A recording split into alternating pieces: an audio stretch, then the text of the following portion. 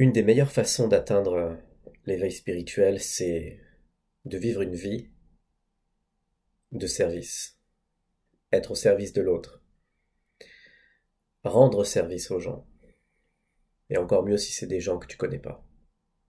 Aujourd'hui,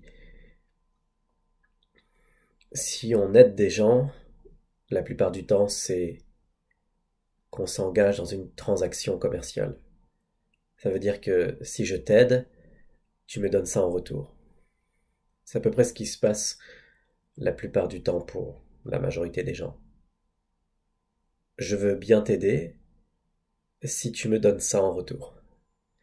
Donc c'est une aide qui est basée sur l'ego. Je t'aide, mais je veux ça en retour. C'est une transaction commerciale. C'est du business. Et ça crée beaucoup d'attentes. Et par la suite beaucoup de souffrance. Parce que si je t'aide et que tu me donnes pas ce qu'on a convenu en retour, je vais être frustré, je vais me renfermer, je vais contracter, et en définitive, je vais souffrir. C'est ça qui se passe pour la plupart des gens. On aide des gens, on aide surtout les gens qu'on connaît, dans notre cercle social, nos amis, nos collègues, les membres de notre famille. On aide des gens qu'on connaît. Parce que même si on ne demande pas quelque chose en retour, on sait qu'on aide ces gens-là parce qu'on a l'intention de préserver une harmonie, un équilibre dans la relation qu'on a avec ces gens-là. Donc encore une fois, quand on aide des gens qu'on connaît, il y a toujours quand même cette intention derrière qui est égoïste d'avoir un retour sur investissement. Si j'aide cette personne, c'est pour marquer des points avec elle, c'est pour qu'elle me voie d'un bon œil, c'est pour équilibrer, harmoniser, pérenniser nos relations. Sur le long terme, les rendre plus solides. Donc d'une certaine façon, il y a toujours et assez souvent une transaction commerciale. Tout ça pour te dire que rendre service à des gens qu'on connaît, c'est la base. C'est peut-être déjà ce que tu fais. Tu peux sentir même le bénéfice que ça te procure, même si derrière tu sais que tu fais ça pour obtenir quelque chose. Tu n'es pas détaché dans l'acte d'aider. Tu es en train d'aider quelqu'un en espérant obtenir quelque chose en retour. Donc, il y a de l'attachement, des attentes. Et quand il y a des attentes, il y a de l'espoir. Et la face cachée de l'espoir, c'est la souffrance. Car on espère obtenir un retour positif de ce que l'on fait. J'ai longtemps cru que l'espoir était une belle chose. Et aujourd'hui, en m'entourant de gens de haute conscience, en suivant scrupuleusement les enseignements de mon guide spirituel, et juste en prenant de la maturité, juste en prenant de la hauteur et en ayant plus d'expérience, je réalise tout simplement que espérer que les choses aillent bien, c'est vivre dans un monde imaginaire. J'ai rien à espérer. J'ai plus envie de me projeter. Juste envie de vivre là maintenant et d'apprécier ce qui est devant moi. Et de sortir de cette idée d'espérer que quelque chose soit mieux, ou quelque chose aille dans mon sens, ou d'espérer que demain sera meilleur.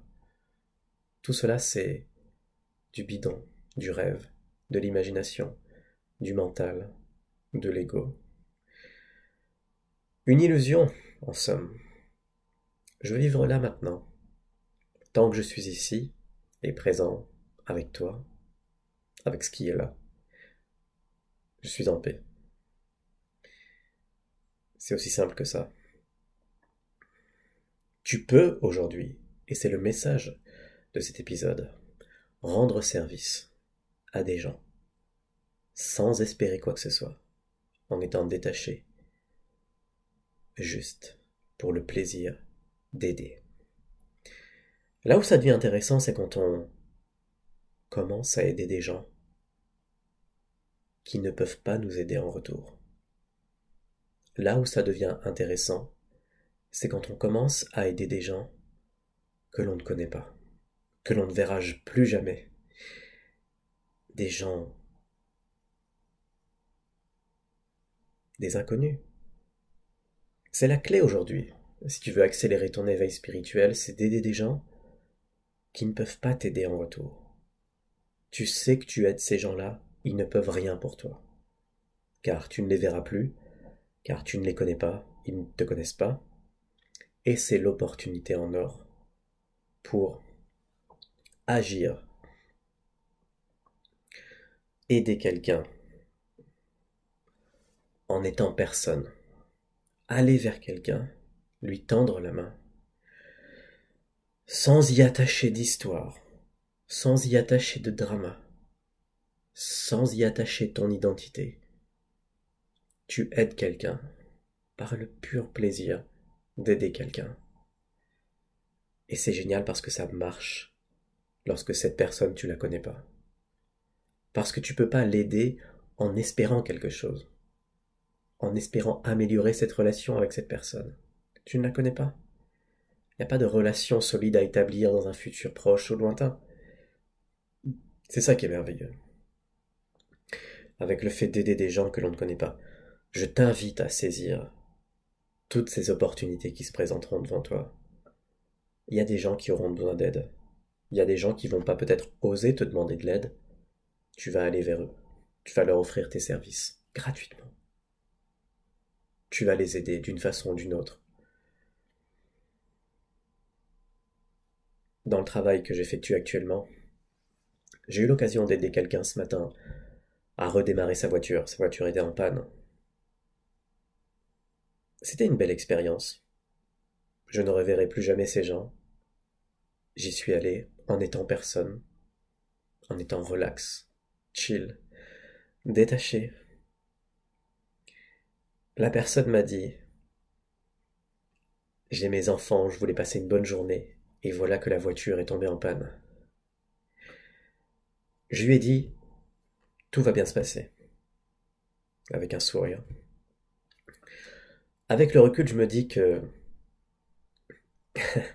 j'étais légèrement dans une désillusion et dans une certaine forme d'espoir, parce qu'en fait, je ne sais pas si tout va bien se passer.